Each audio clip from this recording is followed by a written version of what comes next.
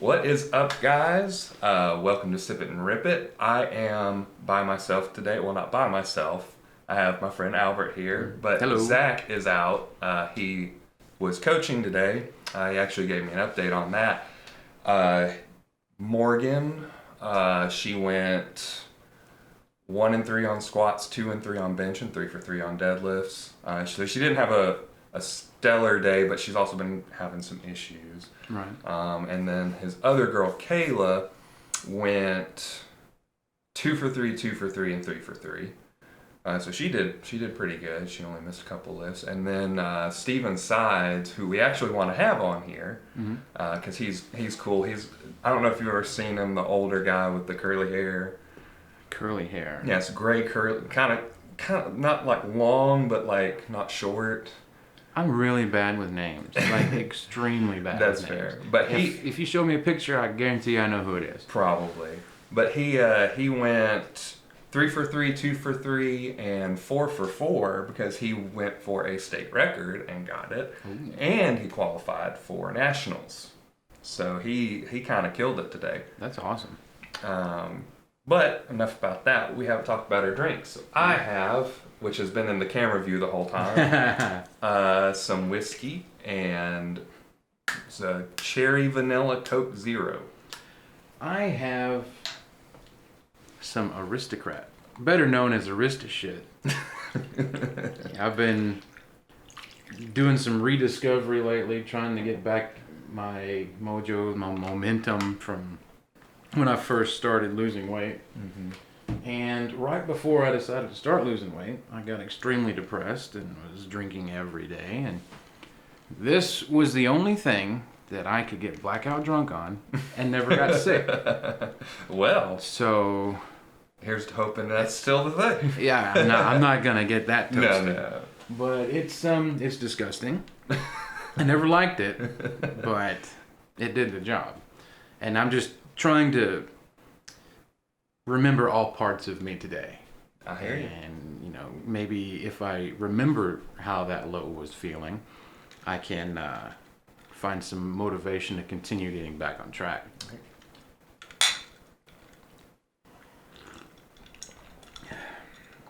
Smooth. Oh, mine's great because it's Coke. It's just Coke with some whiskey. It's honestly not as bad as I remember. Does it taste like water? Or does it actually like... Yeah, I wouldn't say that. It tastes... It tastes bad. Fair. There's no comparison. I've never tried rubbing alcohol, but I imagine it's similar. So, did I ever tell you about the time? Do you remember when I was dating that girl, Jessica? Yeah.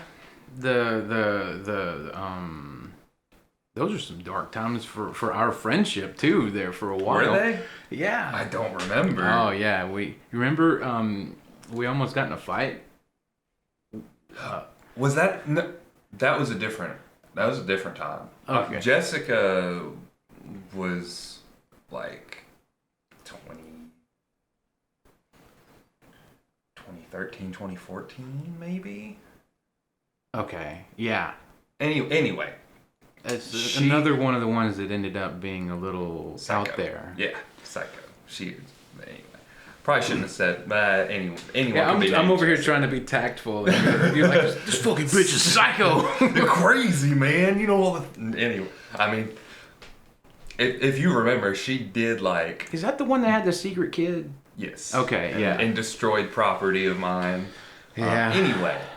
That's not the point of the story. The point of the story is she had a water bottle in her freezer. Mm-hmm. And I didn't think about it, but it wasn't frozen. I was like, oh, that's water, right? I'm really thirsty. And she was like, yeah, you can have it. And so I'm chugging it. And as soon as it hits my mouth, I'm like, that's not water. Mm-hmm. And I just like spit it out. And I'm like, what is this? And she's like, this was back when you were like, I was never like, drinking ever. Yeah, I never touched alcohol, nothing, which is funny because I'm doing a podcast centered around alcohol and powerlifting. Yes, but You're being responsible. Yeah, no. I don't. We typically do one drink, sometimes two, if we're having fun. This is one drink that's technically about 4 shots. That's about how I filled mine, but it's just mixed up with Coke. So yeah. Anyway, enough about the alcohol. So, what have you done at the gym recently? Well, the last time I was actually at the gym was about this time last week. Mm-hmm. And, I went through my plan and everything. Just regular run-of-the-mill. I've been kind of going through the motions lately. Right. But today, I thought, I need to do something. I'm going on a fitness Monday. So we had a lull at work, and I did some body squats, some good mornings, a few push-ups, and I grabbed some scrap brake rotors that were pretty heavy, and I got a few some curls. I did some curls. Walking around the shop with some Hell yeah, with some truck rotors, about 25 pounds. They were pretty big, and just that's badass though. Yeah. It was like, hey guys, check me out, I'm curling the. Yeah. Well, I started out with some tires, and they were just too big and awkward, and started hurting my wrist. I'm like, this is fucking stupid. Let me just grab something. I guess if you hoop the tire around your forearm, you could probably it'd still probably be awkward. It was just to keep it stable, and yeah, it was better than nothing, but not by much. Right. I got a little tiny pump, and that's all I wanted. I wanted to get some blood into the muscles. Yeah. Because I'm a little vain, and my arms is the muscle group I care most about. Yeah. I mean, when you got big almost arms, to my detriment. I mean, you're like, people notice that. People notice big arms and a big chest and broad shoulders. Like, that's what people notice when they look at you. And I naturally have all of that. It's just, there's padding. Well, that's what we're here to talk about, though. Yeah. And before we get to the meat of it all, well, actually, I haven't talked about my gym day, which was very not great because I'm still cutting. So the first episode of this, I was 232, 233, somewhere around there. Yeah. And I've cut down to 208. And that's been what? 5 or 6 weeks. It's not been long. So I've lost a lot of weight really fast. My strength level has just crashed. Well, insanely. No glycogen in my muscles to move anything. The strength is still there. You just don't have the fuel to access it. That's a fair point. That's a fair way of putting it. But mentally, for me, I'm like, I'm weak. I'm not strong. Yeah. So that kind of sucks every time I go into the gym. I only squatted, 200 pounds today. Only. Yeah. Well, I mean, for someone who squats 550. Yeah. Well, I guess 540 in competition, but I remember one conversation we had. I don't remember how much weight was on the bar. I do remember it was a few months ago. It was early summer, maybe. Mm-hmm. You were in the gym, had all these fucking plates on there, and you're squatting for reps, and I looked over at Amber and I was like, he's squatting my 1 rep max on deadlift for reps. I'm like, that motherfucker. Right. And then you come over there and you didn't mean to, but I felt like it was rubbed in my face a little. Like, I'm sorry. Not in like, man, that bastard. But because I know you didn't do it on purpose. Mm-hmm. But you're over here like, man, I'm so weak. And I'm like, dude, you're squatting my deadlift max for reps. Give yourself a break. Yeah. So, weak is all in perspective. Yeah. I mean, that's weak that's for fair. you is not weak for me. Yeah. I guess really for me, when I say I feel weak or something like that, it's really just introspective. Like, I'm not telling anybody else, but for me, you're comparing yourself to yourself. Exactly. I'm weak for me. Because I know what I have the capabilities of doing, but I can't do it right now because of whatever reason. Yeah, which right now my diet is absolutely killing me because I'm just not getting enough carbs. Yeah, I'm not getting enough calories in general. But that's part of cutting, and that's part of the losing the weight. And I don't know if I talked to you. I know I talked to a few people about it, but the plan was to compete at nationals at Orange Beach. Yeah.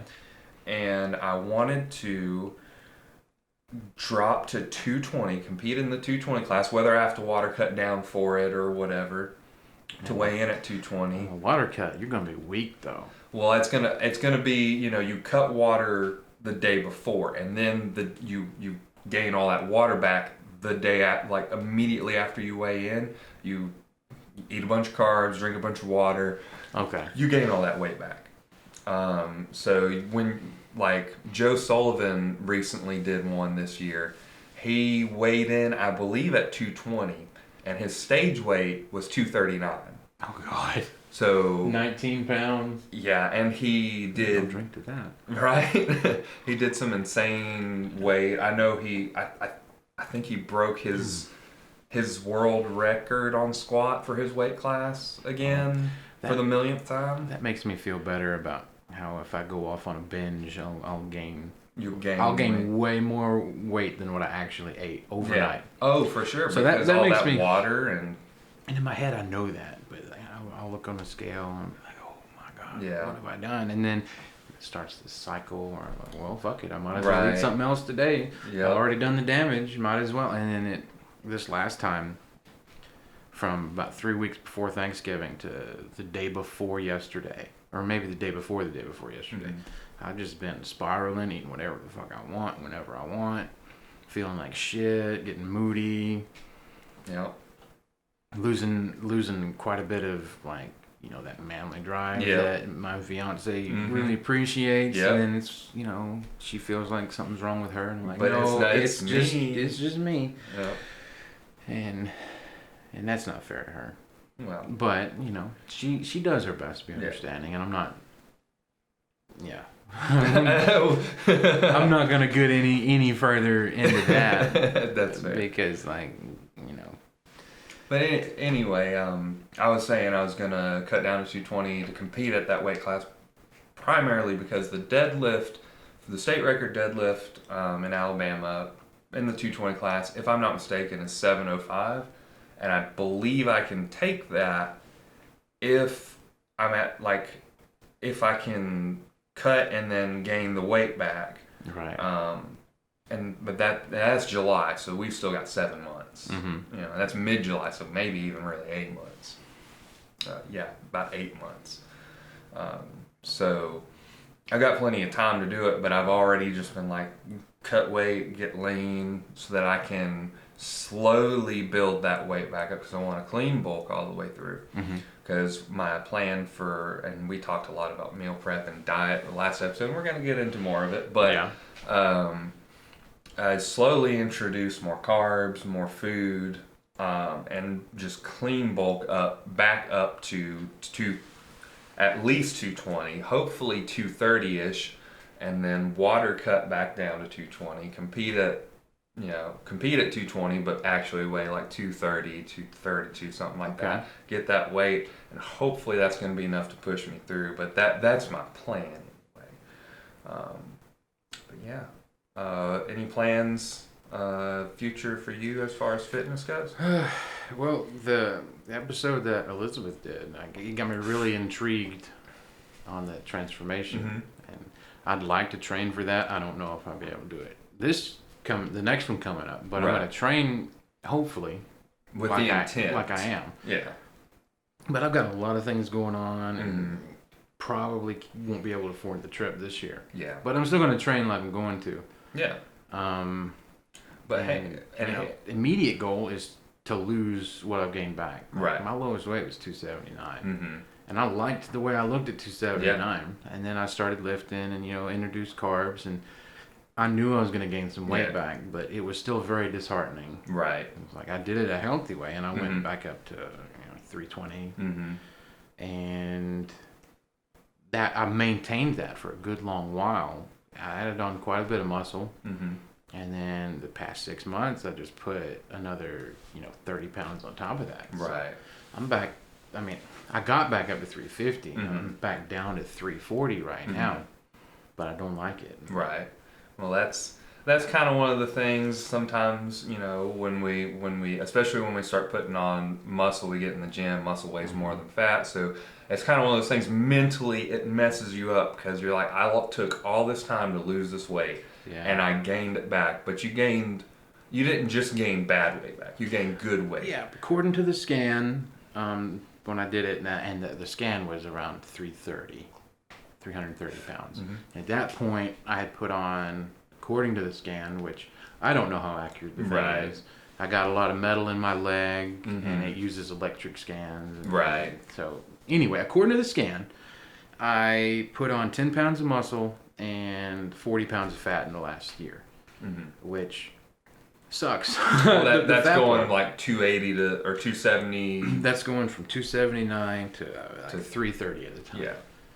And I like the 10 pounds of muscle. Yeah. Not so much the 40 pounds of fat. And that's fair. And a lot of it that came back is visceral fat. Right. Which is the worst kind to have. Especially since one of the biggest reasons why I decided to do keto in the first place is because I got diagnosed with a fatty liver. Right. And if my visceral fat is up, that means, my liver's in danger of becoming fatty again. Right. And you don't want to do that. That turns into cirrhosis if you leave it alone. Right. And I don't want cirrhosis. I don't blame you. I don't want that. I don't want to be yellow eyes and. Well, then you got the Sith eyes though. No, that's the iris. I'm talking about the whites. Oh. Yeah. Okay. Yeah. You when you jaundice with a bad liver. Right. You turn like it's like baby vomit yellow in the whites of your eyes, and your skin turns green, and you die. Right. And I don't want to die. Yeah. That's definitely not. But and this is the last small segment before we get into everything, and Zach introduced us last episode, and it's the PR song segment of the show. So I know you have something you had in mind. Yeah, I don't have a PR song per se because I don't really go for many PRs, but there is a song that I discovered by chance through like a convoluted coincidences, but it's a fairly unknown band. It's called Alive by a band called Low Pro, and it's kind of it's definitely rock, but I couldn't put any more of a genre on it than that. It was like it was very mellow. It wasn't very hard, so it wouldn't be like a hard rock. I don't know if I'd call it soft rock. Yeah, but it goes hard enough for me, and my takeaway from it is, I got to show everybody I'm still alive. Yeah. And when I get kind of bummed out, and I'll forget about the song for months at a time, and then something will happen, I'll remember it, and I'll listen to it, and I'll get back into gear. Right, and just like, and sometimes music is a powerful thing because when you listen to it, it can bring back memories. I think you can bring back smells. There's a whole bunch of stuff linked to, music and memories and all that stuff, and your brain just copies all that, and it's in there, and then it's just, that's gets those neurons firing. Yep. What about you? What's your PR song? I may not have reached that point in that episode. Oh no. We list off a few different songs, but I'll just give one today. What's a good one that I like to listen to? Because we gave a few starting out, but I think I just want to add one. What was it that I was listening to today that I got really pumped up of? Prequel to the sequel. That's a good song, but that's not really a PR song for me. Between the Buried and Me is great though. I love it. I'd just say I last time I said I added the Black Adam theme song from the new movie because it is really good. I haven't watched that yet. It's great. I don't know if you can't really see him, but he's up there on top of the shelf, looking down at us, Dwayne "The Rock" Johnson. You can see a glare where his feet are. Yep, but that's it. You can kind of see Black Adam a little bit right there. But anyway, more comic book music. The Arkham Origins main title theme is super wonderful. That's the one that I didn't play. It's the one that a lot of people didn't play because it wasn't made by Rocksteady. That's why I didn't play it. And it was fine. It wasn't as good as the other ones. It was copy paste with a new story. Well, the Deathstroke fight was pretty good. And they had some different stuff. The boss fights were pretty cool. But no, that song, gets me going because it's like Batman to a T. And I don't remember the composer because I know it was like Nick Arundel, excuse me, was the guy that did the main series. Mm-hmm. But I can't remember the name of the guy that did the Arkham Origins soundtrack. But anyway, that's a great PR song for me. And I just love instrumental orchestral stuff. That just I do too. Like I have such eclectic taste in music. Yeah. Your range is much wider than mine. Well, not so much lately. Most of the time, I just don't have time to listen to music anymore. Yeah. So it's mostly just my synthwave that I enjoy. Yeah. It's not very popular, and I'm okay with that. Not to sound like a hipster. But I gotta listen to my synthwave. yeah. But yeah, so let's talk about like. Let me grab my phone. I knew what I was gonna say, and I was like, I have this written down. So yeah. Okay, yeah, that's what it was. So let's talk about what made the change. Like, what made you decide? I am tired of being this way. I'm tired of being this way. I want to change. Like, what was the? It's hard to nail down any one event, but like things. Name whatever you feel like sharing. Like a long time ago, like I'm talking like 2011. Yeah. I decided, you know what, and this wasn't even anywhere near my heaviest, but I got a wild hair and decided I was gonna do something about it. Mm-hmm. Completely unhealthy. Mm-hmm. I basically did a juice fast for way too long, and got in a car wreck, and I didn't get injured badly, but it was a scary one. I'm like, oh, I want a fucking cheeseburger. Mm-hmm. And then right back up within a couple of weeks. Right. And then it was status quo for years and years and years. I always kind of considered myself like a fit fat, kind of like Chris Farley or Jack Black, those kind of guys where they still moved well. Yeah. But they were big. Yeah, I mean, there's a story of you picking up a refrigerator. Yeah. And then you would always we would play like basketball or football, and you'd play with us. Yeah. Like, you know, that was, for the record, childhood friend. Yeah. I don't know if I mentioned that at the beginning, but we've been friends forever. You and your brother are my oldest friends. Yeah. And I can't remember not knowing you guys. Right. I can't remember a time when I didn't know you guys by name. Yeah. And so we lost track. We were talking. I lost my train of thought. You're good. You left the station. We were talking about you. What made the change? Oh right, yeah. And then that all went away. I got hit by a drunk driver in February of 2017. Mm-hmm. 2017 or 2016. Yeah. And it really fucked me up. I got two rods and like 21 screws in my leg, and broke a tiny piece off my elbow, had a severe concussion, had a bunch of glass in my hand. Yeah. In fact, the last piece of glass came out a year and a half ago. And I put it up on Reddit, and somebody wrote a little article about it, but shoe squeaking. I may just remove those. That's fine. Go ahead. They might take off the shoes. Might be a little stanky. But while I'm taking off my shoes, I will continue. Much better. The train of thought went away again. Car wreck. Yeah. That was probably part of that concussion. And I was really bad. Mm-hmm. Like, I was probably 420 pounds when that happened. And, you know, I lost all of my mobility. I couldn't even go back into my own house because I had to go upstairs to just go home. And I had to move back in with my parents, and I just got incredibly depressed. Dad, and like, they had bought a smaller home to accommodate my grandmother, who was, you know, very,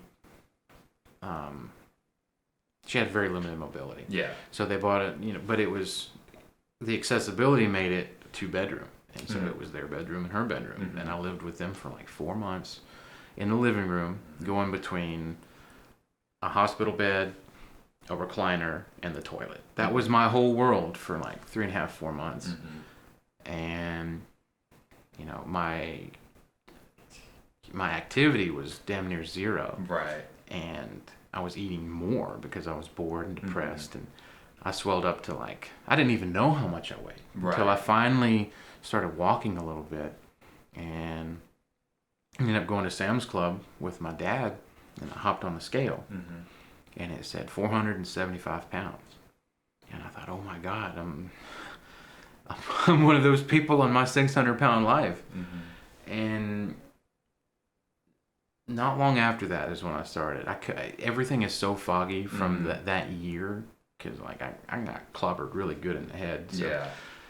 And with the ADHD combined with that, I have a terrible memory. Yep. But yeah, I eventually got to where I could work again. We started working together at Jimmy John's, and you told me about keto, and I dipped my toes in that for a while, and then I started doing research and got on Reddit and Facebook and got really serious. And you know, that's how it goes. It started falling off. I kind of went extreme. And with it, like I started fasting 3 days a week. Well, sometimes I would do a 3-day fast, break it, and then another one immediately after. And I was losing 20, 30 pounds a month sometimes. Right. That's a lot to lose in a month. Like, I can say that now from experience, because I just cut off 20 pounds. I've lost 10 pounds in 3 days before. Yeah. While you were doing that cut? While doing that diet. Yeah. And I really wouldn't condone it. But at the same time, if you're 500 pounds and literally nothing else has worked for you, even an unhealthy option is most likely going to be healthier than doing nothing. I mean, like Zack has said a million times, it saved your life. Like you've done incredible things since you started keto. Yeah. And you know, a lot that he mentioned it before, a lot of people hate on keto. All this fat's bad for you and whatever. It's really not. Like, some fats are definitely bad for you. Anything saturated fats, anything artificial. If you're having an oil from a plant that's not oily, it's bad for you. Right. So like olive oil is good for you, but things like corn oil or whatever seed oil that is, like anything that says seed oil, is bad for you because seeds aren't oily. Right. But like olive oil, avocado, animal fat, everybody gives animal fat a bad rap, but if your cholesterol is okay, animal fat is great for you. Yeah. Like Mark Bell talks about tallow all the time. And he'll have a steak like covered in tallow and throw it in a frying pan. So many hormones rely on fat. Yeah. And I could go into so many like resources that I've discovered. One of the things that really, and it's not even about keto. It's let me see if I can remember. It's called Fathead, and it's a response to Super Size Me. He was a comedian at the time, but he decided to he didn't like all the allegations in Super Size Me, and he felt like a lot of it was forced and kind of smoke and mirrors, kind of. Right. Oh, they're always production. Right. And so meant to be watched. Yeah. And he decided that he would do nothing but fast food, but he would not get fries unless they offered him fries, and he would not go up a size unless they and he read the nutrition, and he ended up losing like 10 pounds in a month, and his cholesterol went down, eating nothing but McDonald's and KFC and etc. Right. And in the second half of it, he's explaining all these different things, and it kind of gets a little conspiracy-ish, but it makes sense. Again, I'm a little foggy. I need to rewatch it again. Yeah. Anybody that's considering keto or something similar should watch it. Yeah. But essentially, he gets into the sugar industry has lobbied so hard that they're the ones that got the food pyramid changed to so carb heavy. Right. And it really needs to be a lot more balanced than that. And anything processed, especially grains, is just really bad for you. Yeah. If you're going to eat grains, it's got to be whole. Right. And we talked about that on the last episode. You know, processed foods are just never going to be as good as whole foods. And the nutrients, everything about them, it's always going to be better to eat the whole foods. And that being said, you know, yeah, a significant portion of my weight loss, I was eating good whole foods. But there were other times when, you know, it was all I could do. I had to have my pepperoni dipped in cheese, dipped in ranch, like Zack was talking about. Right. But you know. But in the same vein though, you think about this. It's within the boundaries of your diet. Yeah. And if you're not doing it all the time, you're kind of you're giving into a craving in a sense, but you're following your diet. Yes, it's being bad without being as bad as you could be. Right. So it's not the same as going out and be like, well, I'm just gonna eat a pack of Oreos. And I'm a terrible binge eater, anorexic. I mean, it's self-diagnosed, but I know I'm a binge eater. The last few weeks has been like, rough. Yeah. One of the biggest things that got me to where I was getting serious about it was, I think I had lost a little bit, and then I decided to have a cheat meal. I went to KFC and got a family pack with the intent of eating half of it and then waiting a while and eating the other half. I waited 30 minutes. The next thing you know, I'm in the shower puking, not because I'm feeling sick, but because there's no room for all this massive amount of fucking food in there. Right. And it's really shameful to me to talk about, so it's a little difficult. That's understandable. But that was an even lower point for me than seeing 475 pounds on a scale. Well, I mean, that visual and that feeling, like that gut feeling, like there's no room for this food and you're throwing it up, that I can't imagine like the feeling that you felt mentally, physically. It's not like normal vomiting.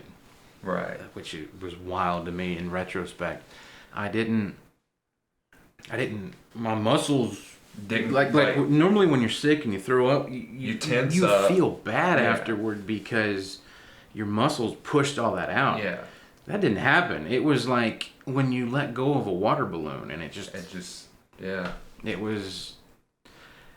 really, I don't even like remembering it. Yeah, I don't blame you. But I need to remember it because maybe that'll help me not lose my way. But yeah. So that's kind of where it started. So tell me about so you started keto and you I know you were pretty extreme on the fasting. Did we talk about that already? A little bit. Yeah, we touched on it. So when you fasted, you know, how long did you take? What did you eat in between your fasts? I know it's probably not a lot. That was my unhealthy. That was my unhealthy fatty stuff. Okay. When I was deciding to be healthy, I had this concoction that I came up with, which was a couple pounds of ground beef, some beef broth, some cauliflower rice, and some garlic, and some hot sauce, and some cheese, and some Monster Mash, basically. Basically, but no carb. Well, low carb. Yeah, because cauliflower rice is gonna have a little bit, but not much. It's mostly fiber. Yeah. But I wouldn't drain the meat. I'd leave the fat in there. Okay. Yeah. And I would do that sometimes, but when I had the extra money, and especially like my tradition with fasting is when I break the fast, especially if it's 3 or more days, is I'll go get as many hot wings as I can buy, and I'll just chow down. Spicy garlic hot wings from Buffalo Wild Wings. That's my go-to fast breaker. And you gotta be careful with their ranch because it's a little higher in carb than most ranch. Which is interesting because usually ranch is a super high fat. I mean, it still is, but it just has more carbs in it. Each cup is like 3 carbs. And I don't mean like a measurement cup. I mean like the little cup that they give you. Yeah, the little serving cup. Yeah, which doesn't sound like a lot, but when you've got 6 of those, that's enough to kick you out of ketosis if you're sensitive to it. Right. Even a little bit kicks me right out of it. I don't understand why. Like I've even gotten to the point where I don't even check if I'm in it anymore. Right. I just track it, and I'm really bad at tracking. I hate tracking so much, and that's why, like Zack mentioned the chicken salad that I did in a previous episode. That's why I ate chicken salad every day. Because you knew you knew your macros, you knew your calories. I did the math. I figured out how much I needed to make, how much I needed to eat. I'd make a week's worth, and I would eat it every day because I'm a lazy piece of shit, and I hate tracking. But I'm the same way. So I typically don't track through the week because I know how much I'm eating. I plan it ahead. I have these 4 meals that I plan. I put them into my MyFitnessPal app. I check my calories. I check my macros. Everything looks good. That's what I eat for the week. Yeah. And then on the weekends, I will track because my weekends, I eat. I will keep my protein goal and my calorie goal, and that's all I really consider. Yeah. But I make sure I don't over on my calories, and I make sure I hit my protein. As long as I've done all those things, I eat what I want. But tracking like that is okay because like how much you're eating. You know your macros. Everything's laid out for you. And especially in like a fitness lifestyle, with whether it be bodybuilding, maybe not so much for bodybuilding because you got to be so precise with bodybuilding, but with powerlifting, all you really need to track is your calories and your protein. And some people just don't even track anything. They just eat as much as they can because like some people, depending on your weight class and all that kind of stuff, some people are like, I want to get as heavy as possible. I want to be a 308. We've kind of come away from that in the fitness industry here lately. You see guys like Russ Swole. That just seems a little reckless to me. Well, it can be. Mark Bell talks about it a lot. He said he would always just eat a ton of food, take a bunch of drugs, get really strong, go to a meet, he'd come back, but the difference between him, because that's what everyone was doing at the time when he was competing, but the difference between him and everyone else is that when he would finish his competition, he would say, I'm going to lose some weight. Yeah. And he'd lose weight, and then he'd do it all again, and then he'd lose weight, and he kept on doing that. Yeah. So that and he says, and I trust him on a lot of fitness stuff, but he said that's what saved his mobility, his his ability to move, because now he's shredded. Like he did a bodybuilding show, and he's a runner now. He runs all the time. Like he's completely not completely removed from powerlifting, but like his goals are not to be the strongest guy in the room anymore. He wants to move the best, which is interesting to talk about, but that we'll get into that another time. Right. So you would eat the monster mash or the chicken wings, and that would be kind of like your split in between your fasting. And I think the longest one I did was 5 days. And it's weird because you wouldn't think you'd feel very good not eating. But once you get past the first couple of days, like it's so wild. Like energy out the wazoo. My mind cleared up. But also I wasn't working out during this time. I was working. I was playing video games. Like, I didn't even walk. Right. Except for what I was required to do with my job. Right. And I delivered pizzas, so it was a pretty active job, especially if I had to go upstairs or something. Yeah. But I didn't have a workout routine whatsoever. And I'm losing 20, 30, 40 pounds in a month. 40 was like 1 month. Right. But still, it happened. It was not uncommon during this journey to lose 20 pounds in a month. Yeah. And between being in ketosis and fasting, like I felt really good, and my leg quit hurting. Like my leg, I didn't even get into that after that accident. My leg didn't stop hurting for over a year. Like the swelling, just the misery, and I don't know if it's from the weight loss or from the ketosis, maybe both. But a lot of people make claims that being in ketosis really reduces inflammation. And my leg almost never hurts now. Right. It's got to be like either coming off of a binge or something to cause the swelling to come back, and it's even then it's still pretty rare. Like I gained probably 90% of my ankle back from all that, and that's crazy. Yeah, I was so heavy, and it was such a bad break. I was stuck in a wheelchair most of the time. I could get around on a walker hopping along, but if I went anywhere that required me moving more than 20 feet, I took a wheelchair. Right. And I, at least with my dignity, at least that's what I told myself, I will not be in a power scooter. It was one that I had to push myself. Right. Not to badmouth anybody that needs one. Because there are people that do need them. Exactly. But there are also people that kind of abuse it. I had to hang on to something I could be proud of. Right. And that was what I was proud of. Right. At least I'm not on an electric wheelchair. Right. But in retrospect, it's kind of a silly thing to be proud of. But you hang on to what you can hang on to. And I was on a cane for I was in the wheelchair for 3-4 months, and I was on a cane for another 6. Yeah. And I would go to work, and I could get through the day, but as soon as I sat down to drive home, that swelling would just kick in from the leg decompressing, and it would be like extremely difficult just to get in the house. Like I would sit there in the car for 30-45 minutes and just like, come on, go inside, you can do this, come on. And I try not to think about those times. It's kind of weird rehashing all these things I try not to think about. But I remember one time there was some aggressive dogs, and my dad's my neighbor.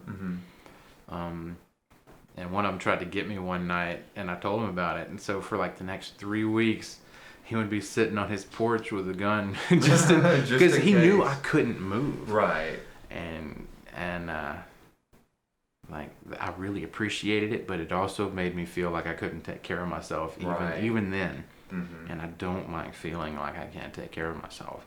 I don't think anybody does. I mean, there are some people that appreciate being taken care of. Oh, but that's I'm not different. One of those people. But I think that's different, though. I think someone taking care of you is like just showing compassion and love. But like someone like not being able to take care of yourself is just a different thing, because that means that you are not capable. And I don't think anybody wants to be not capable of taking care of themselves. And it's difficult sometimes. Even now, I'm very prideful in my own ways. Like I'm not like a prideful jerk or anything. At least I don't think I am. But no, definitely. I think me, Zack, Sandy, everyone that's met you, I don't think anybody was going to say that about you. But my pride is definitely a self-detriment, because I don't want to owe anybody anything. I don't want anybody helping me if I can even think about doing it by myself. Like it was really difficult just to come in and start, hire a personal trainer, because I had no idea where to start. Right. And now I think I can, like, I tried a couple of times to have you write me a plan, and I couldn't follow through because I just didn't know what I was doing. Now I could follow a plan that you wrote me pretty easily, because I know I have an amateur level of skill at the gym now, so I can get through it. Yeah. But then I was just, Oh, yeah. So let's talk about your like deciding to come to the gym, because I know we talked a lot about it before you started the gym. You said you had a certain weight goal that you wanted to hit before you started working out. Yeah. So I would say I wanted to get below 300, because I didn't want to be the fattest guy in the gym. And back to my vanity. That's my I just didn't want to, and even now I'm still usually the fattest guy in the gym. But it's okay. Like I don't think about it as much. I mean, I still think about it, but But you should. I mean, I understand, but you shouldn't, because we're all happy to see you there. Yeah, but yeah, I got under my goal, and I got to looking. I lost all this weight, but I had so much loose skin, and like I've shown you some of my arm progress pictures. Like I took one the very first day into the gym, and there's nothing there. It's just a straight line, and well at the top it was straight. At the bottom it was a little droopy because I got the weight loss wings. Yeah. And those will probably never go away unless you get surgery. Unless I get surgery or do some steroids and get huge. But I don't really want to do anything like that. Yeah. At least not anytime soon. Right. Like it's always in the back of my mind, but it's also the shortcut mentality for me. I'm not saying that it's a shortcut for everyone, but that's how I would use it, and that's not healthy. Yeah. So I try to just abstain. Right. Because, I mean, even without it, in a year I put on 10 pounds of muscle.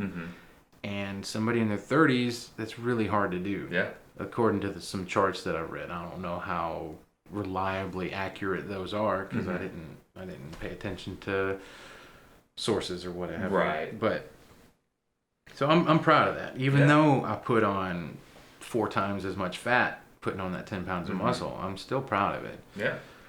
I'm hoping I can keep that going forward as I try to cut away. I at least want to get back to my lowest just to see what I look like now. I bet it'd be a lot different.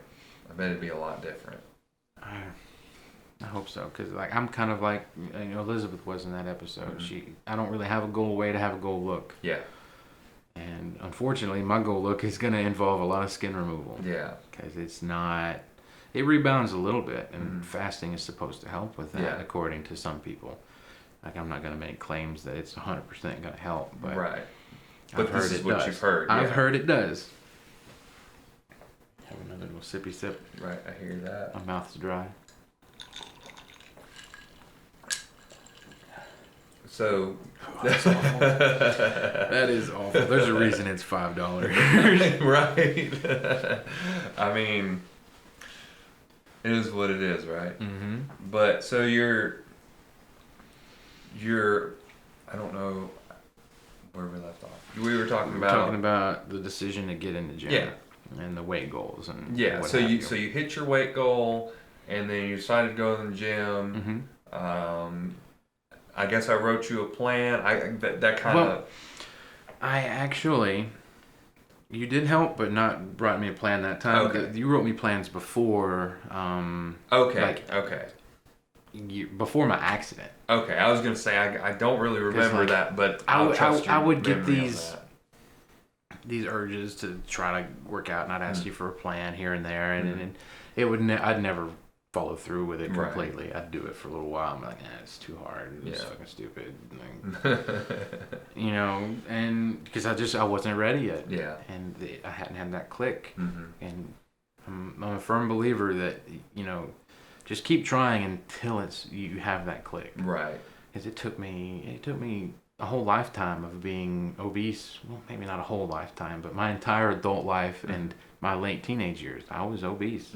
I still am technically, but I'm a much healthier obese than I was. Right, for sure. Which is a weird thing to say, but it's true. Like my blood pressure is in the normal range now, which is incredible considering I'm still haven't kicked smoking yet. Yeah. And it's still kind of surreal, even though I've put back on a lot of weight. Just seeing some of the old pictures. I actually, and this is pretty interesting, and I wanted to show you it, and I probably should have showed you it before we started, but there's a video on my computer of you starting your keto journey. Yeah, maybe we could play a clip of that, the audio, because towards the end, I don't know if I want to see it right now. That's fair. But we got off track, but it happens you a lot. did help me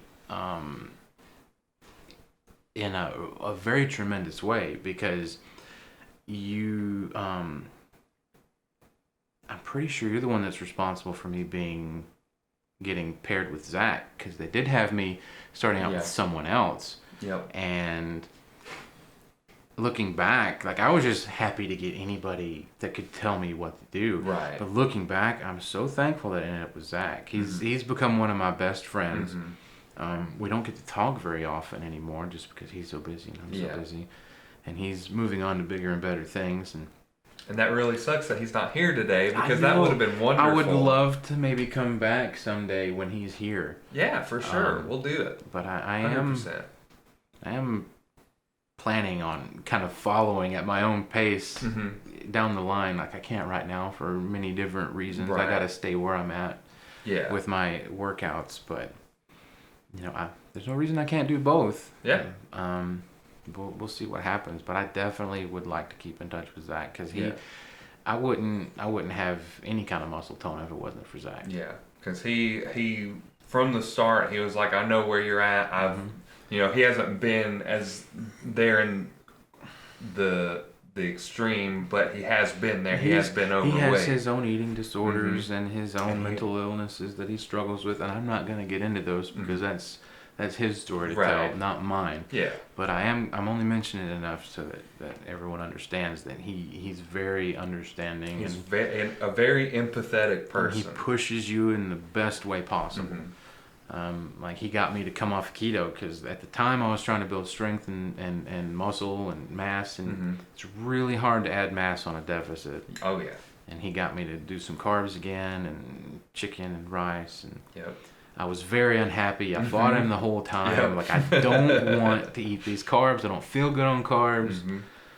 But, it did the job. And, there's an ebb and flow to fitness. And sometimes you've got to go backwards to go forwards. And it's very hard to do because I didn't just lose 200 pounds in 6 months. It took me 2 years. Right. And I was very stuck in my ways. I still am. Even now, when I've decided I've gained enough, and I'm going back to my old ways, and I'm gonna alter it a little bit so that I can try to maintain some muscle mass. Right. I lost so much muscle the first time.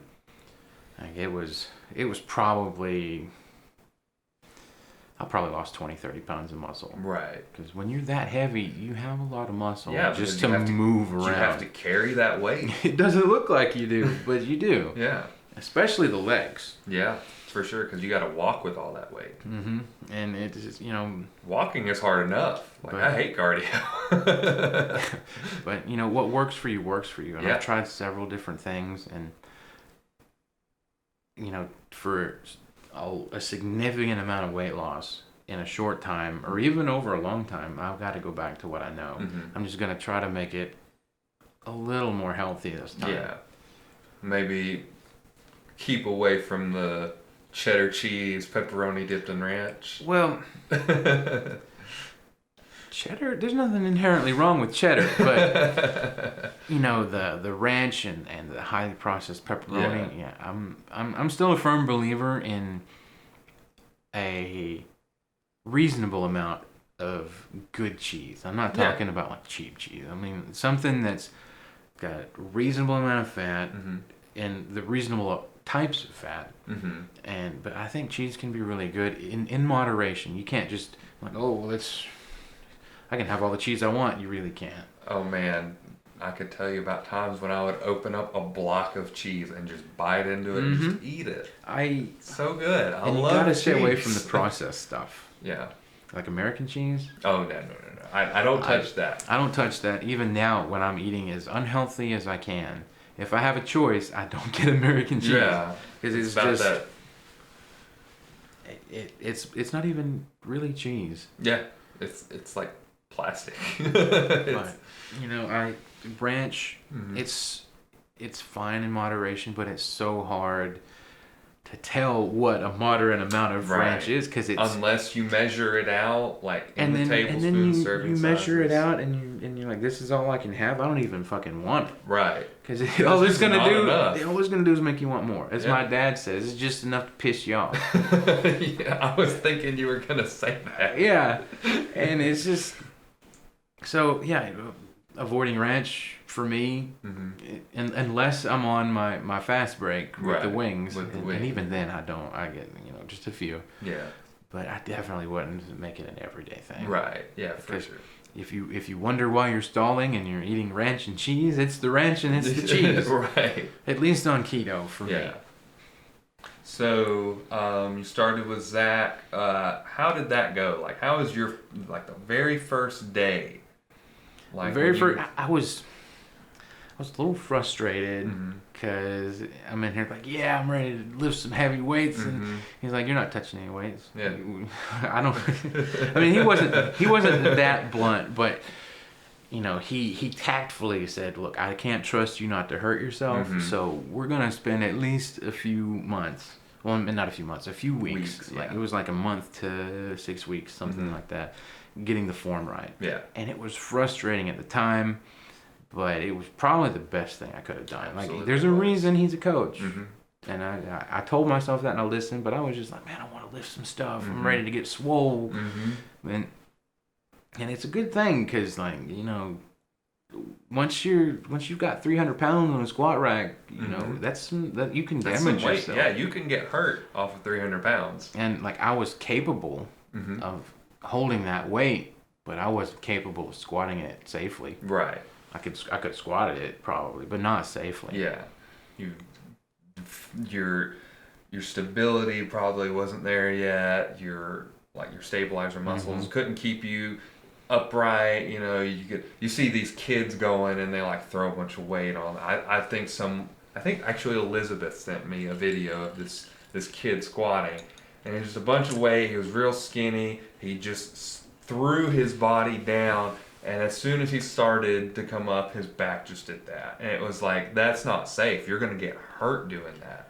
So listening to Zack and just like following through is absolutely the best thing you could have done. We started off with a lot of body squats, and a lot of goblet squats, and a lot of low weights on dumbbells. And I remember the first time I got to use the bar, it was the happiest I've been squatting because I was like, yeah, this is great. And then I got 2 reps in, I'm like, oh, this isn't great anymore. This isn't great. I still hate squats to this day.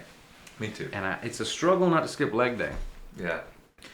And even though it's one of the most important even when I do days. leg day, sometimes I'll just do the press. And then the leg press. Yeah, and I'll go a little harder on that.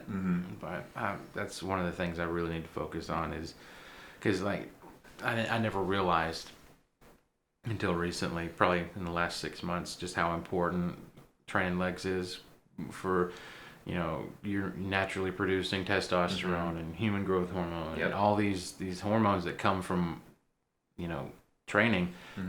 You get the bulk of them from training your legs. Yep, because they're the biggest muscle group. They produce the most hormones when you're using them. I've been really trying to make myself, and it's still a struggle, but I'm getting there. I'm getting the self-discipline back. It's like I let myself get into a relationship and get happy, and when you get happy, sometimes your discipline wanes. And I'm now trying to get to the point where I can be happy and disciplined, and that's like a whole new level of willpower. Because it's real easy to say, screw the gym, I want to stay at home with my girlfriend and fiance, and I want to watch a movie. Yeah, but like it's real easy to stay motivated when you're working out for spite. Yeah. I'm gonna show this person. I'm gonna show this person. I'm gonna show this person. Yep. Fuck all of you. Yep. I'm gonna get hot. You can suck it. But when you're in a good headspace, like that motivation is just gone. Yep. And you're having to struggle to find, you know, something else to work for. And like I didn't care about my health. I just wanted to show everybody. Right. And I mean, I cared about my health a little bit, but you know, like, but not in the. Now. I'm working out to be healthy. Yeah. Like to me, that's like, man, I'm not that kind of square. Right. But and I'm finally getting that wrapped around that I can be happy and have some motivation because I'm a very goal oriented person. I'm sensing a pattern with our group that all of us here are very goal oriented people. So as long as I have a goal, I think I can stay motivated and not be miserable. Yeah. Because like I don't want to be miserable. Right? Nobody wants to be miserable. And, like I wouldn't trade my life right now for the world. But it's been a little bit of a struggle to find the motivation because I got so used to the negative motivation. Mm-hmm. Yeah. And I haven't even really thought about that until just now. It just kind of clicked in my head that's what I've been searching for, and I've found it listening to you guys on the podcast. Just like, wait a second, they don't sound mad. They're happy about all this. Yeah. I need to find something to work towards other than I'll show them. Yeah. Which, I mean, what works for you works for you. Right. If that's what it takes to get you to a point where you need to reevaluate, then by all means, you should do it. Mm-hmm. Just don't. I wasted the last 6 months trying to figure out why I didn't have the same motivation. Mm-hmm. And honestly, it may be even more than 6 months. I'm very bad with time, as bad as I am with names. But I've wasted a significant amount of time wondering why my motivation is slipping. And it's because I didn't have that negativity of that. Because like, I don't care what anybody else thinks anymore. Yeah. I care what Amber thinks. Mm-hmm. I care what some of my friends think. Mm-hmm. But at the end of the day, it doesn't matter. I don't have that. Well, this person said this 5 years ago, and I'll show them. And it's very surreal sometimes. And I think finding new motivation is my immediate goal. Yeah, and I'm already well on my way. But I mean, just talking about being negatively motivated, I can say that's why I got in the gym. Mm-hmm. Like, I had a bad breakup. I was Same. like, I want to get jacked and show this person, and that's exactly what it was. And man, I'd hate to interrupt, but no, go ahead. There was a couple of times when me and the missus got all dolled up, and we went somewhere where we knew we'd see them. And that was right in the sweet spot of the weight loss and muscle gain when I was looking pretty dadgum good. And yeah, it didn't feel as good as I thought it would. Yeah. It felt like I was cheapening my relationship. Right. And that's when I realized these people that slighted me, they don't matter. They don't. And it's I'm losing my train of thought again, but no, you're good.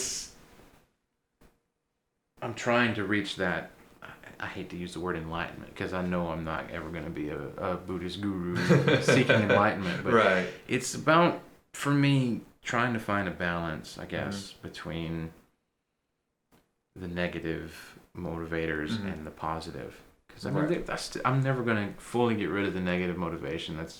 I've been kind of hanging on to a few little bits and pieces of it to get me through what I'm doing now. But I need to find that positive motivation. And and we talked about this briefly, the Summer Shred show that Elizabeth did, that was a positive motivator for her. Yeah. She was like, I'm going to do this show, and I'm going to do all these cool things, meet all these people, and it's going to be great. And it's that's a really good positive motivator. And just anything where you're going to go and do something good for yourself, I think is just the best positive motivator. I'm negatively motivated 90% of the time.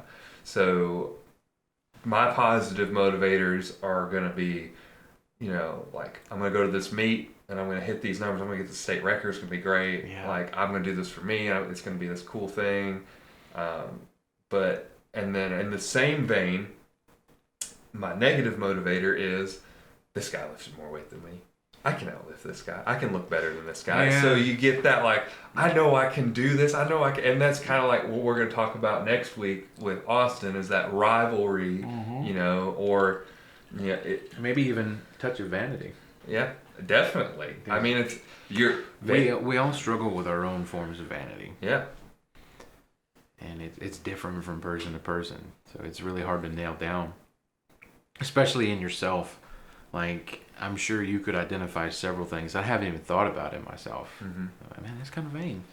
But if I asked you to, because you're not just gonna go out. No, that's not who I am. This is you're so vain, Albert. Yeah, you're so vain. How dare you flex in the mirror? That's so vain of you. Yeah, and no.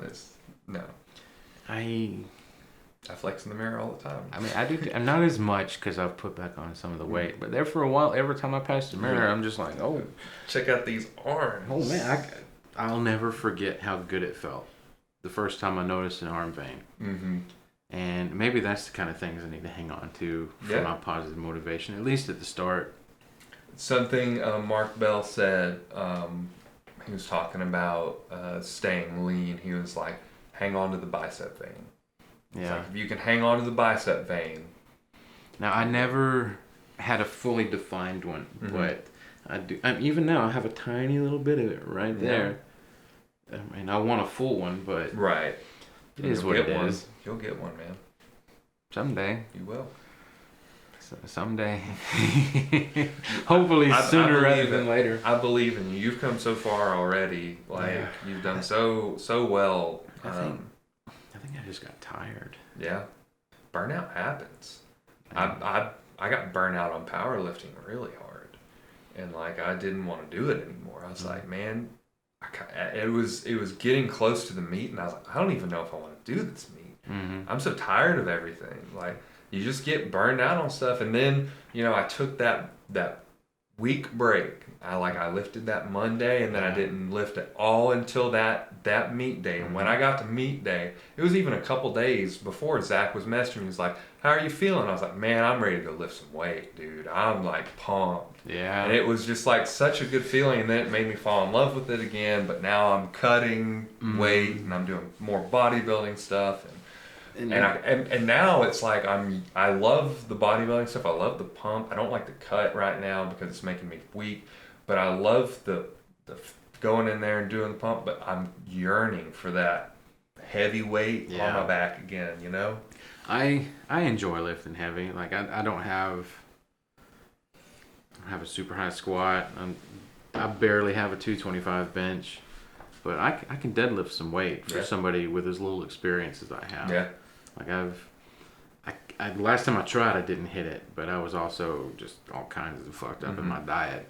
But I have pulled 405 before. Yeah. And in your first year of lifting, I think that's pretty impressive. That's really good. Like, I wouldn't say it's amazing. I wouldn't say I'm best, but it's something I can be proud of. Yeah, for sure. There's some people who can't. There's a lot of people who can't deadlift 400 pounds. Yeah. I mean, if you look at it in the perspective of, like, the entire population, like... Well, they say...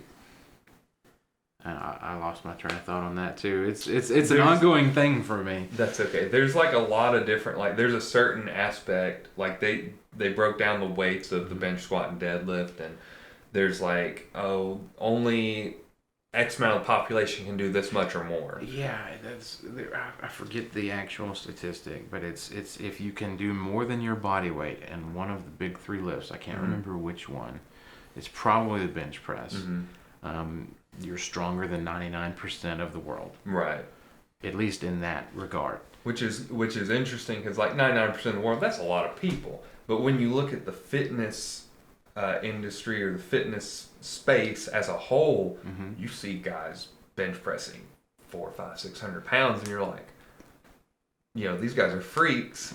But it's like, how am I supposed to compete with that? That's like 2 or 3 times their body weight. Jen Thompson is one of the best bench pressers in the world. I can't remember what her world record was, but she's small, and she bench pressed well over 300 pounds. That's crazy. Yeah. 3 times body weight bench press, like... That would be like... me bench pressing 600 right now. Or me doing 9. Yeah. It's like... Well, actually like 1,000 because I'm 3 plus a little. Right. But still, like, the thought of that is just the strength is mind-boggling. And it's all relative, too, because... It's not as much weight as you or I can do, but it's way stronger than either one of us if you do the right math. Yeah. Like, it's very impressive. It's crazy. And I had something else I wanted to say. Well, actually, we already talked about all that. So, another thing that I wanted to talk about. So, like, you did all these things. You did the keto diet, worked really well for you. You got in the gym. You made all these changes. what would you have done differently?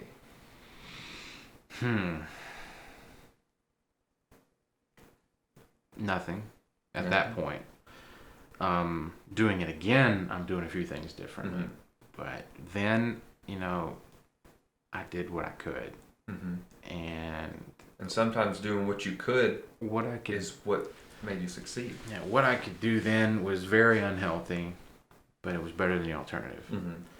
So this time, I wouldn't do it different back then, but this time, I actually have some muscle mass that I want to retain. I'm not going to do 3, 4. I might do a 3 occasionally. I'm not going to do 4, 5, 6 day fasts.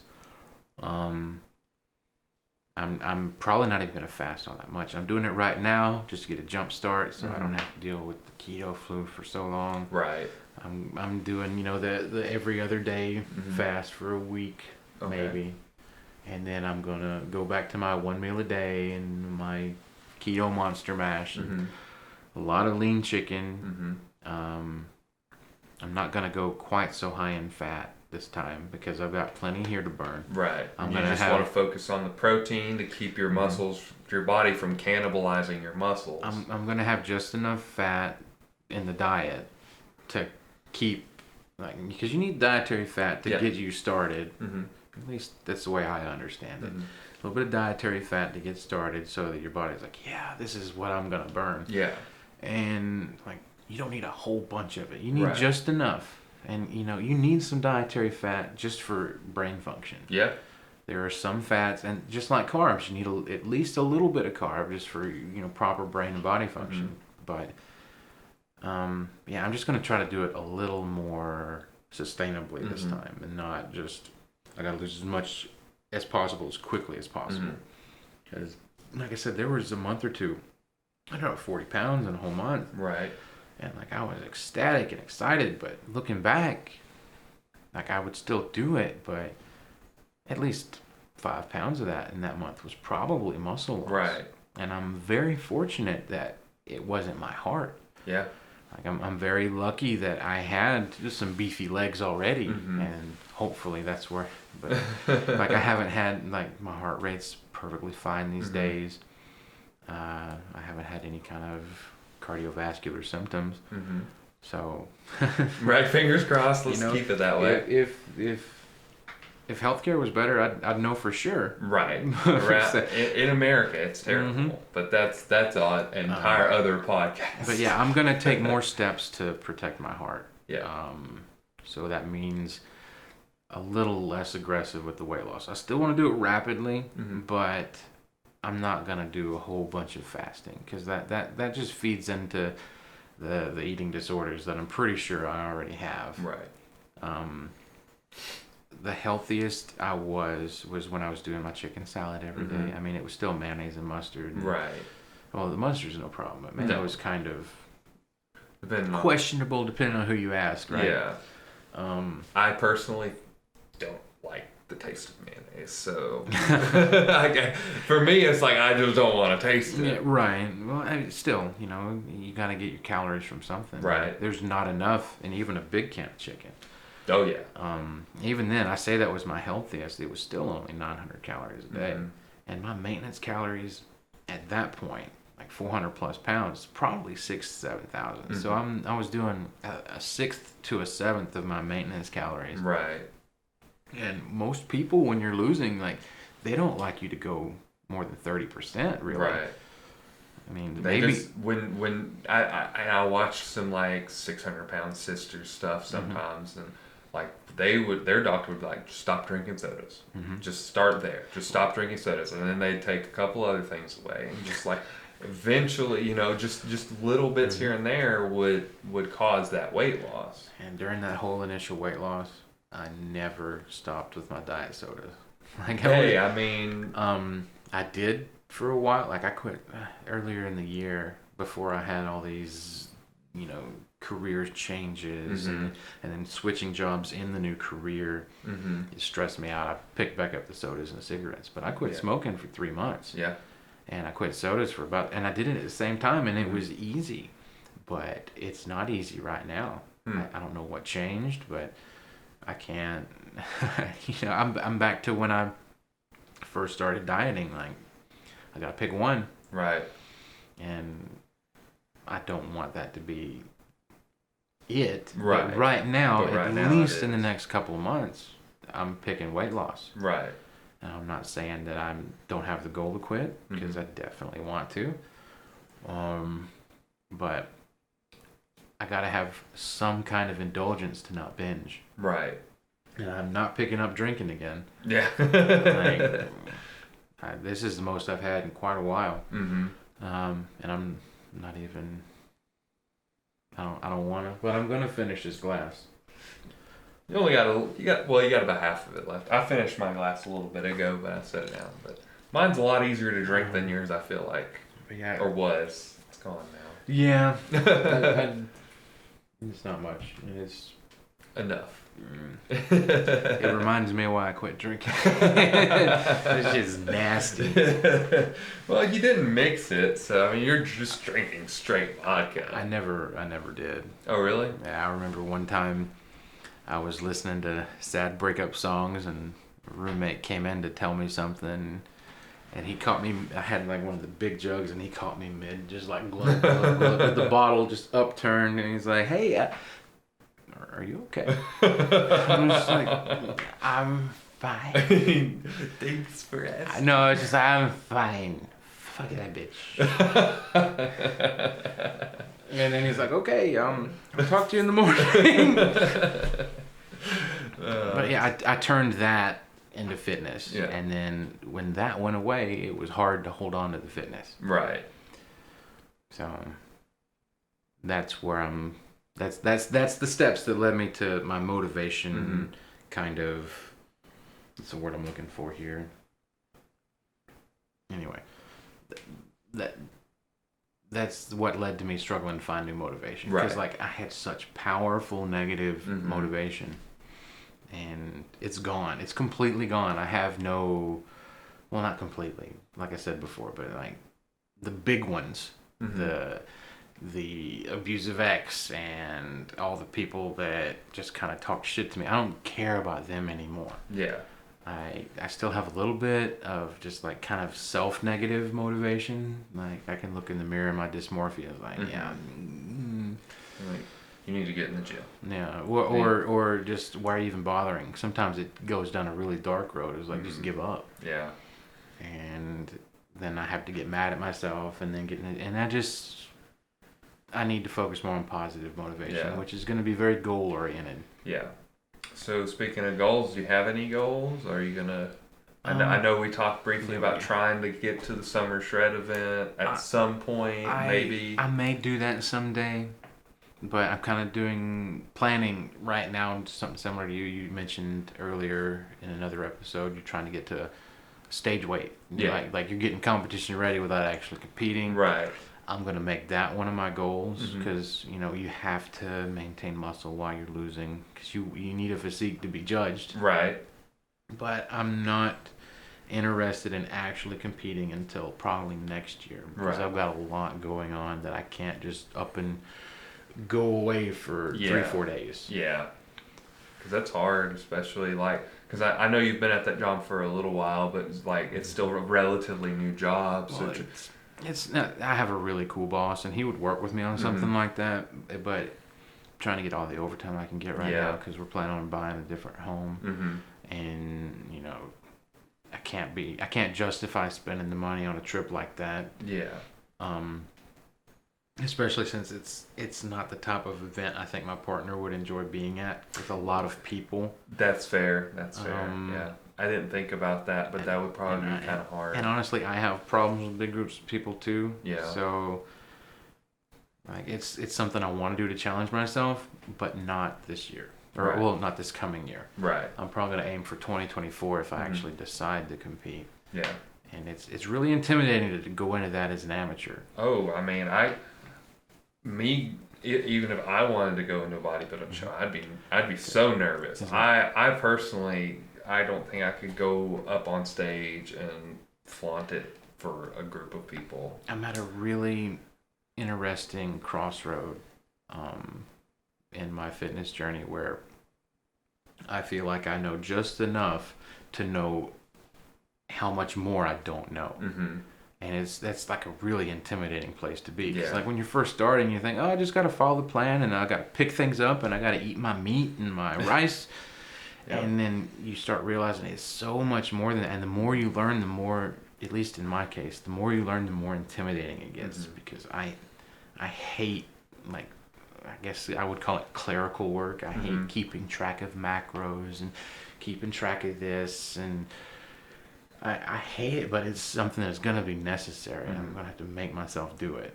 I think if you do it for long enough, and this is one of the things, again, I probably quote Mark Bell a little too much, but I listen to his podcast all the time because he has a lot of really good information. If you're not listening to the Mark Bell podcast, you should, because it's great. But he said, what were we just talking about? I'm sorry, I've lost my train of thought. I think we both had a little too much of the sipping and not enough of the ripping. We were talking about... Probably have to edit down this silence. Like, we weren't thinking for 5 minutes. Well, it was just a brief moment.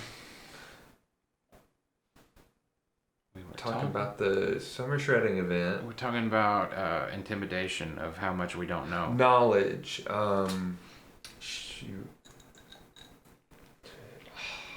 I had it, but I've lost it. Yeah, well, whatever. We'll just move on. Yeah. So let me pull this back up again. So I guess we'll just kind of wrap things up here. What advice would you give somebody looking to start keto, looking to start the fitness journey, looking to get in the gym, you know, as a person who was almost 500 pounds at one point? You know, I'm pretty sure I was actually over 5, because that was just the first opportunity I had to be weighed. Right. And I had been mobile again for a couple of weeks. Okay. I say 475 because that's what I weighed at, but I know I was heavier. So. But anyway, the advice. Sorry for the correction. There's a lot that I would offer, and it's hard to condense it down. Mm-hmm. But it all boils down to, even if it's not the best option, if it's all you can do, you should still do it. Mm-hmm. And don't stop trying until you can make it stick. Because I tried so many times. I tried hundreds of times, and I failed every time until I didn't. But like whether it's diet, and I'm not saying everybody has to do keto. I tried so many other diets before I found what worked. You find what you can do and you do it. And you don't need to worry about what everybody else is doing. You find what you can do and do it. You know, if you look, you know, if you're taking little steps, don't focus on the end. Focus on the next step and the next step and the next step. Follow your plan, make a plan and follow it. And, you know, you focus on each of these steps, and before you know it, you're halfway there. Yeah. And it feels really good to be halfway there. Yeah. Because it's still a long way to go, but then you look back and you're like, whoa. Like, yeah. I came a long way too. Yeah. And that's right where I'm at now. Like I get too focused on the end goal and I forget just how far I've come. And that's my, you know, just do what you can do. You don't have to be amazing. Just do what you can do, and the amazing will happen on its own. Yeah. And that's really well said, I think, because I can say the same thing for myself. When I first started, I was 180 pounds and I was weak. And then but I knew I wanted to be in the gym, and I knew I wanted to be strong and be big, and I wanted to be one of these people, and I didn't know how. And I listened to, I've read like a Strong List 5x5. I was like, I'm going to do this. This is, you know, I looked at, I think it was bodybuilding.com had articles and programs, and I'd look at that and I'd be like, this is, you know, I'm slowly taking steps. And eventually you just kind of like, you know, that was 2012. Yeah. It was 2012 when I first started a gym, and it's 2022. I've been doing this for 10 years now. That's the first time I've actually thought about that. I've been lifting weights for 10 years, but I remember when you first started, man. Like, you look completely different. Like you had like a completely different facial hair. Yep. You were, I don't want to say thin, but you were lanky. I was scrawny. And like, I was small. I have no problems with anyone telling me that I was small because I was. I can't say that just because I remember how upset you would get about everybody. Eat a sandwich. Eat a sandwich. Yeah. Damn kid, eat a sandwich. So yeah. I'm not gonna say you were small, but you were definitely slender. And the first thing that I would notice about you, if I never knew you, was wow, he's tall. Yeah. Now I'm like, God damn, he's fucking huge. Like I noticed the tall second. Right. And well, you don't notice the eyes. It's. I mean, everybody notices the eyes. Like it's muscle, beard, and then height. When I just like look at you, I'm like, okay, damn. Yeah. Damn. Well, shoot. Yeah, so make me blush. Yeah, just a little bit. That's probably the sipping it. It might be a little bit of the sipping it, but yeah.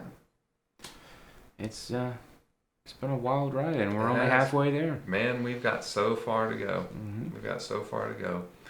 So your takeaway from your advice is just do what you can.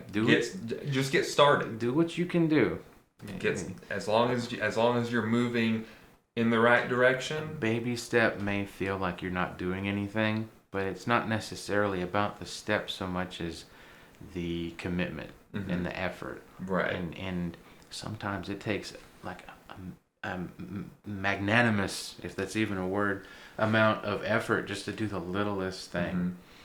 And feel accomplished at that little bit of effort. And don't backtrack on it. Add to it, even if it's just a little tiny bit. Because it adds up a lot quicker than you think. Right.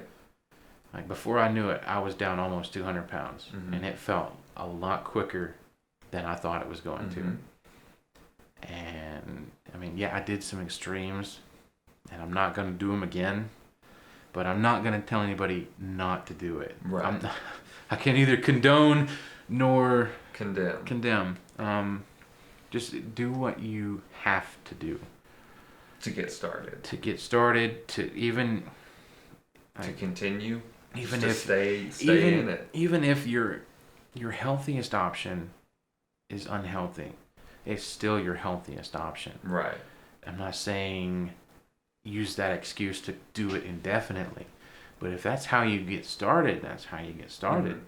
Like, make a serious effort to make that healthiest unhealthy option more healthy. Yeah. Like if you gotta get started dipping your pepperoni and cheese and ranch, like Zack was saying, like if you gotta get started that way, then that's how you get started. Right. But don't be content there.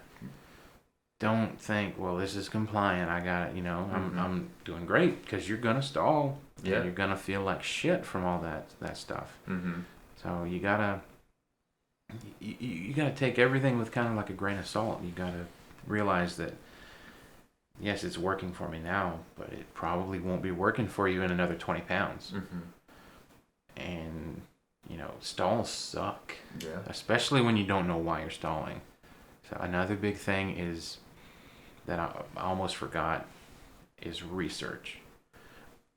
Like, you can never research enough. Like, that helped me more than anything. Because like at first I thought, oh yeah, low carb, and then I realized, well, these things are better than these things, and fiber is perfectly acceptable and even encouraged, and all these little things, and if I hadn't researched, I'd still be 400 plus pounds. So research, baby steps, healthiest, unhealthy. Healthiest unhealthy option. Yeah, you choose your healthiest option even if it's technically unhealthy. Right. But I wouldn't say stay there. Yeah.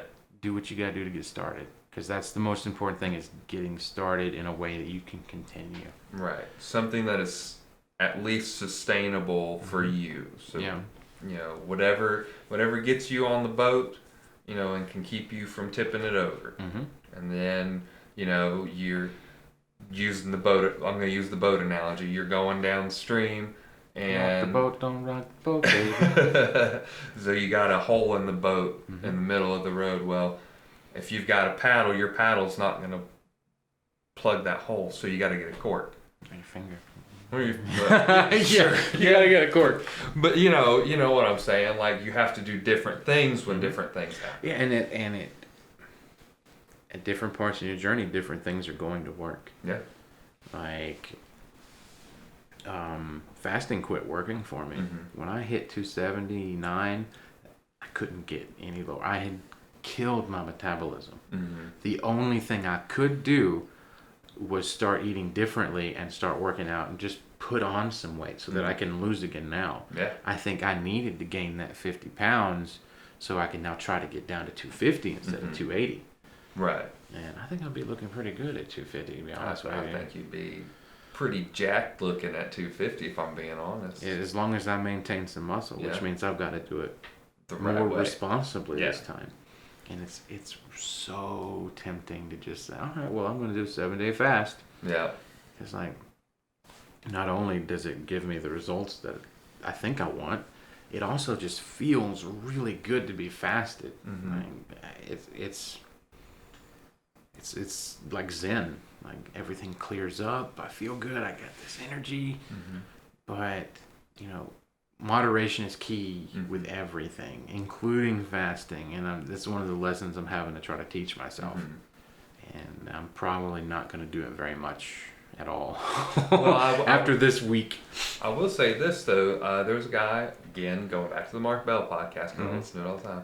He was talking about how fasting will make your growth hormone, your testosterone production just go up.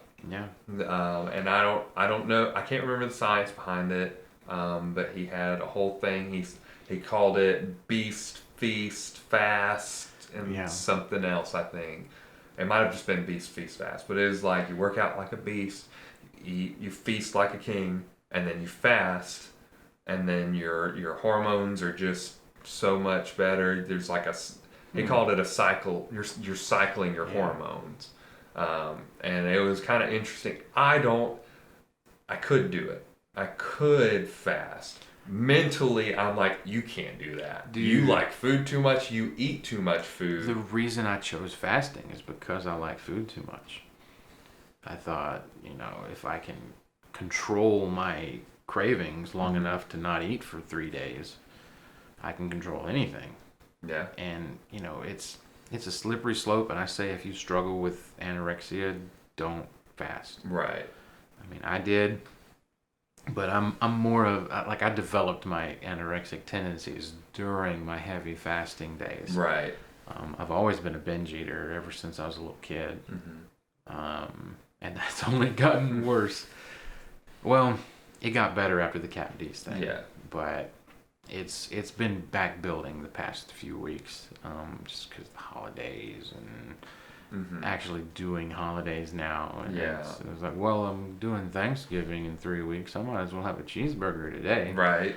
And then that cheeseburger turns into pizza and fries and chips and making me hungry talking about all this food, Albert. I think I'm in a good place right now because I don't want any of that. That's good. I'm not even hungry today. But tomorrow, I'm making some of that monster mash. Yeah, that'd be good. Yeah, cauliflower, beef, garlic, hot sauce. I'm not going to do the heavy cream, and I'm not going to do as much cheese. But cut out a little bit of the fat in it. It's going to be yummy. Like I don't need the heavy cream. It just makes it a little thicker. Yeah, a little soupier. No, maybe not soupier. It makes it a little more like chili. Kind of like that chili consistency. Like a stew. Stew. Okay. Yeah, it makes it just a little thicker. I don't need it. I'm just not gonna use as much liquid. Yeah. just gonna let it all squish together. Yeah. Oh wow, we're at like an hour and 40 minutes. Yeah. I guess it's probably time to wrap it up. Yeah, we do have to do our normal wrap up. Our dad jokes. Have to do the dad jokes. I've got one of my go-tos ready to go.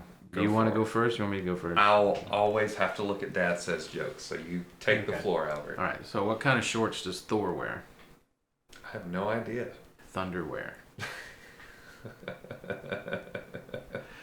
That's pretty good. Yeah, that's pretty good. That's one of my favorites. All right, let's go to Dad Says Jokes and let's see what they've got in store for us today.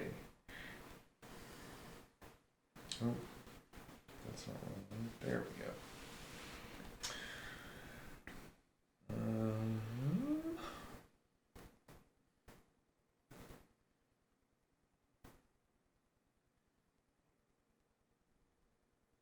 Hmm.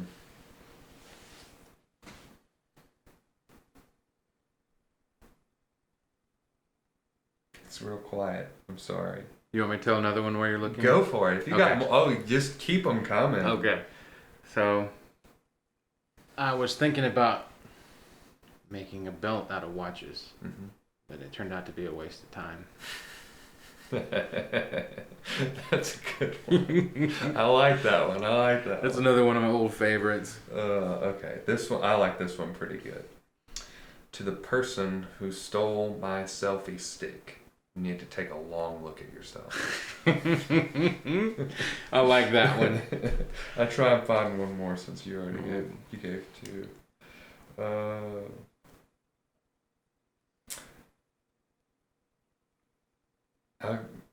Okay. My girlfriend broke up with me because I'm a compulsive gambler. Ever since, all I can think of is how to win her back. So, there was Plastic Surgeons Anonymous. Mm-hmm. And, you know, the social worker running it comes in and is like, I gotta say, I'm really disappointed. I see a lot of new faces today. That's a good one. I like that one. I've heard that one before, but I like it. It's a good one. You know, I don't have very many original ones, but I have, you know, I enjoy a good pun. Oh, I love that jokes. It's even better if they groan instead of laughing. Yeah. It's like, oh, shut like, the why fuck did you? Like, I like that better than laughter. Yep. It's like, yeah, I got him. Mm-hmm. Oh man, there was one. Did you hear the joke about the roof? I'd tell you, but it'd go over your head. You want to hear a joke about time travel? Never mind, you didn't like it. Oh man, those are good. All right, you have any closing statements for the listeners out there? Yeah, do what you can do. Even if it's not much, it's more than you think it is. Yeah. Just do what you can do, and don't let anybody tell you not to do it. As long as you are confident you can do it safely. You know your body better than anyone else. Just be careful, but do what you can. Mm-hmm. That's a good closing statement, I think. So thanks everyone for listening. I realize I'm like way off the camera now. I scooted back. You got a nice far. profile though. That's okay. But thanks to all the listeners. Thanks for all the watchers. Thank you for having me. Absolutely, it was a pleasure. We're gonna have you. Slab. We'll have you back on here when Zack's here, and Okay. we can maybe just talk about. I don't know. Maybe we could go more in depth with my journey with Zack. Yeah. I'll do some prep work this time because I kind of only had a week to get ready. We never do any prep work here. Yeah, bro. My thoughts are so scattered. I've been rambling back and forth. I haven't maintained a straight line with my conversation at all.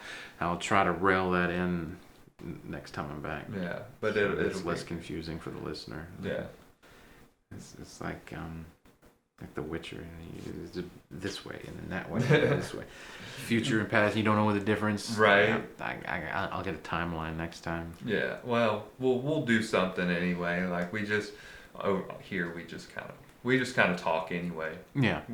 We might have an idea of where we want to go, but we just kind of talk. That's one of the things I enjoy listening because I feel like I'm chilling in the room with you guys when you're doing it. Yeah, and that's what we enjoy. That's what I enjoy listening to. Is just like people talking and having conversation. And if there's good information in there, I'll like listen a little closer. But I also just kind of like the fun, just kind of talking. But yeah, that's gonna bring it to an end.